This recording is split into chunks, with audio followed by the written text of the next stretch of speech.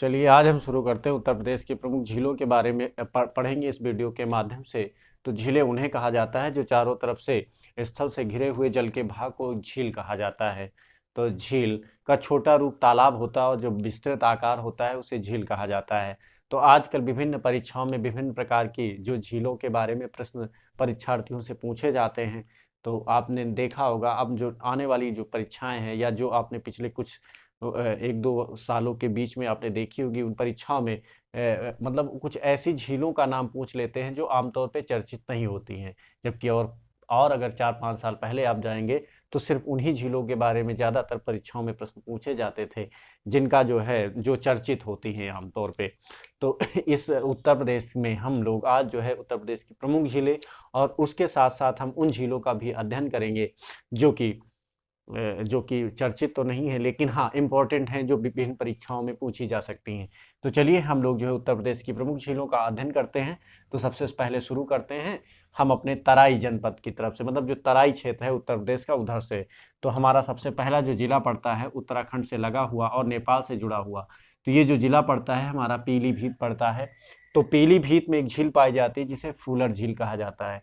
तो ये जो आप देख रहे हैं ये वाली झील, ये फूलर झील है। कौन सी झील? ये रेड मार्क दिया गया है, इसे फूलर झील कहा जाता है। तो जो फूलर झील है ये पाई जाती पीलीभीत जनपद में। यहीं से एक नदी निकलकर बहती है जिसे गोमती नदी कहा जाता है। क्या कहा जाता है? गोमती नदी। तो फूलर झील से निकलने वाली नदी का नाम है गोमती नदी।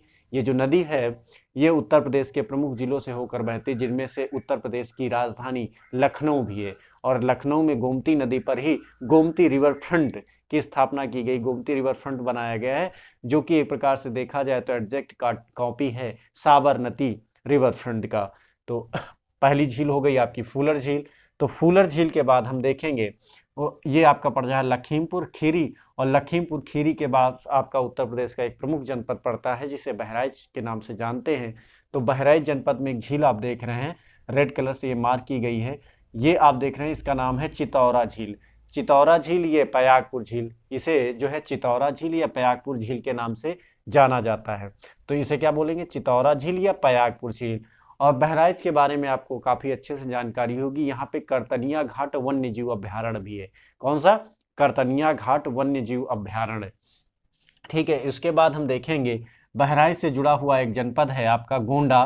तो गोंडा जनपद में पार्वती अरंगा झील, गोंडा जनपद में पार्वती अरंगा झील पाई जाती है। इसका जो मतलब ये जो सिचुएटेड है ये आपकी पाई जाएगी गोंडा जनपद में। कौन सी पाई जाएगी? गोंडा जनपद में। आमतौर पर देखेंगे गोंडा जनपद जो है नेपाल से सटा हुआ नहीं है। तो गोंडा जनपद में कौन सी झील पाई जाती है? पार्वती अरंगा झील।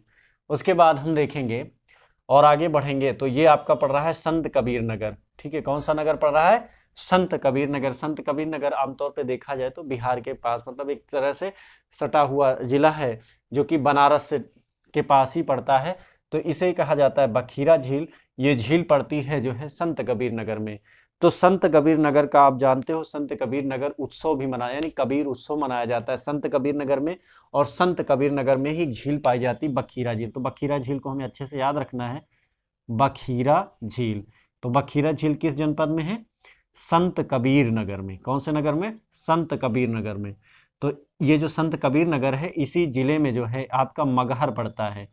मगहर कहा जाता है कि जिसका जन्म काशी में हो और जिसकी मृत्यु काशी में होती है उसे बैकुंठ की प्राप्त होती है, यानी ईश्वर का दर्शन होता है। लेकिन जिसकी मृत्यु मगहर में होती है उसका मतलब बहुत बुरा माना जाता है। तो संत कबीर ने इसी मिथक को तोड़ने के लिए अपनी जो है मृत्यु के समय ये मगहर चले गए थे। तो मगहर में ही जो है कबीर उत्सव मनाया जाता है। तो मगहर कहाँ पड़ेगा? संत कबीर नगर जिले में। संत कबीर नगर जिले में एक झील पाई जाती है बखीरा झील, जहाँ पे प्रवासी पक्षी बहुत ज्यादा मात्रा में आते हैं। तो यहाँ एक पक्षी अभ्यारण्य है। ठीक है, उसके बाद हम देखेंगे बखीरा झील के पास ही पड़ जाएगा आपका गोरखपुर। तो गोरखपुर भी एक प्रकार से देखा जाए तो सर्वाधिक वर्षा वाला स्थान है, और गोरखपुर भी तराई में ही तराई में ही स्थित है। और गोरखपुर जनपद में ही एक ताल पड़ता है, यानी एक झील पड़ती है जिसे रामगढ़ ताल, क्या बोलते हैं? रामगढ़ तालाब कहा जाता है। कौन सा तालाब? रामगढ़ तालाब कहा जाता है। ठीक है, उसके बाद हम देखेंगे गोरखपुर के बाद पूर्वी जिलों में ही एक प्रमुख जिला पड़ता है बलिया। तो बलिया ये देख रहे हैं उत्तर प्रदेश का सबसे जो है पूर्वी बिंदु, ये निकला हुआ बिंदु है पूर्वी बिंदु, जिसे बलिया कहा जाता है। तो बलिया में एक तालाब पाया जाता है, यानी एक झील पाई जाती है, जिसे सुरहा ताल झील कहा जाता है। इस झील पर ही जो है सुरहा ताल पक्षी जो है पक्षी अभ्यारण्य मतलब पक्षी विहार की स्थापना की गई सुरहा ताल में। ठीक है, उसके बाद अब देखेंगे हमारे जो मतलब वो जिले पड़ते हैं जो प्रायद्वीपीय भारत का हिस्सा है, यानी प्रायद्वीपीय पठार के हिस्से में आते हैं। उन जिलों में आपका प्रमुख जिला पड़ता है मिर्जापुर और सोनभद्र। तो मिर्जापुर में पाया जाता है जिरगो जलाशय, मिर्जापुर में पाया जाता है जिरगो जलाशय, मिर्जापुर में जिरगो जलाशय। जबकि अगर सोनभद्र में जाते हैं तो सोनभद्र में आप देखेंगे गोविंद वल्लभ पंत सागर झील। कौन सी झील? गोविंद वल्लभ पंत सागर झील यहाँ पे पाई जाती है।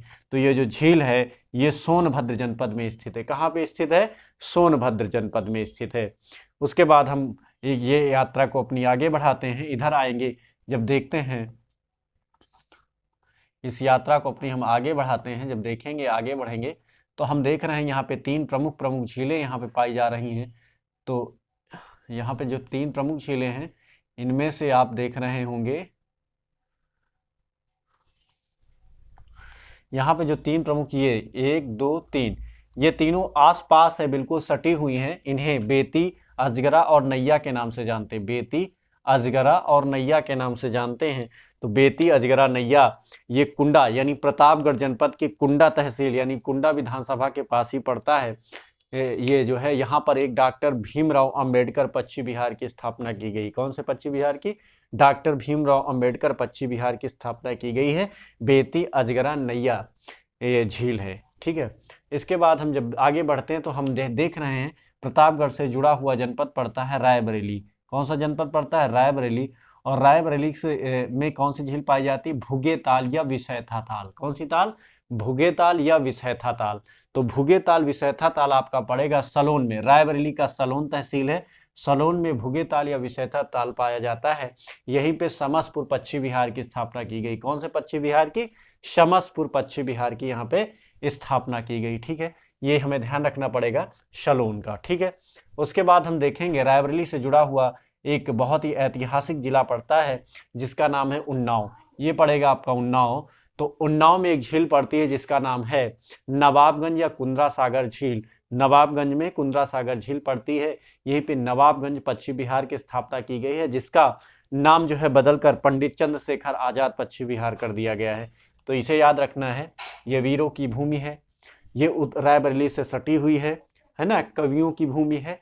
तो उन्नाव काफी महत्वपूर्ण जिला है। उन्नाव और रायबरेली दोनों ही बहुत ही महत्वपूर्ण जिला। जहां रायबरेली में किसान आंदोलन हुआ था, वहीं पे यहाँ पे पंडित चंद्रशेखर आजाद ने स्वतंत्रता संग्राम में अपनी प्राणों की आहुति दे दी थी। उसके बाद हम जब और आगे बढ़ेंगे तो हमारा एक जनपद पड़ता है जो कि उत्तर प्रदेश की राजधानी भी है, जो कि उत्तर प्रदेश की राजधानी जिसे लखनऊ कहा जाता है। लखनऊ में एक झील पड़ती, इटौजा झील। कौन सी झील पड़ती है? इटौजा झील। इसे करेल झील के नाम से भी जानते हैं। और ये जो जनपद पड़ेगा यानी ये जो प्रदेश की राजधानी है लखनऊ में स्थित है। कौन सी झील? करेल या इटौजा झील। ठीक है, उसके बाद हम और आगे बढ़ेंगे तो हम देखेंगे हमारा जो एक दक्षिण के जिलों में एक जिला पड़ता है, प्रमुख रूप से झांसी जनपद पड़ता है। तो झांसी में लक्ष्मी ताल, बरुआ सागर, भसने, ताल, बरुआ सागर और भसने जलाशय यहाँ पर स्थित है। इसे बोलते हैं झांसी जनपद में स्थित है। तो झांसी का इतिहास भारतीय स्वतंत्रता संग्राम में एक अमिट छाप छोड़े हुए है। यहीं पे रानी लक्ष्मीबाई का जन्म, मतलब रानी लक्ष्मीबाई की कर्मस्थली थी झांसी। ठीक है, तो झांसी का किला आप जा सकते हैं, वहाँ घूमने फिरने के लिए काफ़ी अच्छी जगह है। ठीक है, और यहाँ की जो मिट्टी है उस मिट्टी को करेल मिट्टी कहा जाता है। यहाँ पे काली मिट्टी पाई जाती है। इसका मतलब हुआ यहाँ पे जो है सोयाबीन वगैरह का उत्पादन बहुतायत में होता है। उसके बाद हम देखेंगे ये जो निकला हुआ पार्ट है ये जो है हमारा पड़ेगा आगरा जनपद। कौन सा जनपद पड़ जाएगा? आगरा जनपद। तो आगरा जनपद में एक झील पड़ती है जिसे कीमठ झील कहा जाता है। कौन सी झील कहा जाता है? कीमठ झील कहा जाता है, जो कि आगरा में स्थित है। यहीं पे सुर सरोवर पश्चिम बिहार की स्थापना की गई है। तो आगरा में ही, आगरा जो है एक प्रकार से मध्यकालीन शहर है। आगरा शहर की जो स्थापना की गई थी ये 1504 ईस्वी में सिकंदर लोदी के द्वारा इसकी स्थापना की गई थी। ठीक है, तो ये मध्यकालीन शहर है। इसकी जो सीमा मुख्य रूप से देखते हैं जुड़ती है वो राजस्थान के साथ है। और यहीं से जुड़ा हुआ यहाँ काफी वर्षा, कम वर्षा का क्षेत्र है, लेकिन जो सबसे कम वर्षा का क्षेत्र पड़ेगा वो मथुरा पड़ता है। कौन सा पड़ेगा? मथुरा पड़ेगा, सबसे कम वर्षा का क्षेत्र मथुरा। तो मथुरा में एक झील पड़ती है जिसे नौह झील कहा जाता है। कौन सी झील कहा जाता है? नौह झील। नौह झील पड़ती है उत्तर प्रदेश के मथुरा जनपद में पड़ती है। और मथुरा जनपद जो है ये एक प्रकार से सांस्कृतिक, एक प्रकार से जो है वाराणसी के बाद ये उत्तर प्रदेश की दूसरी सांस्कृतिक राजधानी है। और यहाँ मथुरा में आप देखेंगे कुषाण कालीन, गांधार कालीन शैली के यहाँ पे आपको उदाहरण देखने को मिलेंगे। यहाँ पे और भी बहुत सारी चीजें देखने को मिलेंगी। सबसे पहले गौतम बुद्ध की जो मूर्ति मिली थी वो सबसे ज्यादा पहले मथुरा में पाई गई थी। तो मथुरा बहुत ही प्राचीन शहरों में से एक है। मथुरा जो है बहुत ही सुंदर सही शहर है। और ये जो धार्मिक शहर है, यहाँ पे भारत का सबसे बड़ा मंदिर एक तरह से कह सकते हैं चंद्रोदय मंदिर की स्थापना की गई है, ठीक है, जो कि भगवान श्री कृष्ण का मंदिर है, ठीक है। उसके बाद आप देखेंगे शेखा झील पड़ता है। कौन सी झील पड़ती है? शेखा झील पड़ेगी। ये जो शेखा झील है ये आपका पड़ेगा अलीगढ़ में। कहाँ पड़ेगा? शेखा झील अलीगढ़ में पड़ेगा। ये आप देख रहे हैं शेखा झील अलीगढ़ में। तो शेखा झील पर ही एक केंद्रीय पश्चिम बिहार भारत सरकार के द्वारा इसकी स्थापना की जा रही है। ये जो अलीगढ़ शहर है, ये अलीगढ़ जो शहर है ये ताला उद्योग के लिए फेमस है। कौन से उद्योग के लिए? ताला उद्योग। तो आपको पता है ताला जो है बहुत ही महत्वपूर्ण है, हर घर में ताले की आवश्यकता होती है। तो ताला उद्योग के लिए कौन सा शहर फेमस है? अलीगढ़। तो अलीगढ़ में एक केंद्रीय विश्वविद्यालय भी स्थित है जिसे अलीगढ़ मुस्लिम यूनिवर्सिटी के नाम से जाना जाता है, ठीक है। तो शेखा झील में अलीगढ़, मतलब अलीगढ़ में शेखा झील, और अलीगढ़ में ताला उद्योग, और अलीगढ़ में ही अलीगढ़ मुस्लिम यूनिवर्सिटी, ठीक है। उसके बाद आप देख रहे हैं यहाँ पे एक देवरिया ताल है। कौन सी ताल है? देवरिया ताल है। तो देवरिया ताल जो है ये एक प्रकार से झील का उदाहरण है। और ये जो झील पाई जाती है कन्नौज जनपद में। यहीं पे आप देखेंगे कन्नौज में ही लाख बहोसी। कौन सी बहोसी? लाख बहोसी। लाख बहोसी पक्षी विहार यहाँ पे स्थित है, जो कि भारत का, उत्तर प्रदेश, सॉरी भारत का नहीं, उत्तर प्रदेश का सबसे बड़ा पक्षी विहार है। क्या है? उत्तर प्रदेश का सबसे बड़ा पक्षी विहार है। तो आज आपने उत्तर प्रदेश की प्रमुख झीलों का अध्ययन किया। हम लोग जो है नेक्स्ट वीडियो में कुछ और आगे लेकर के आगे बढ़ेंगे।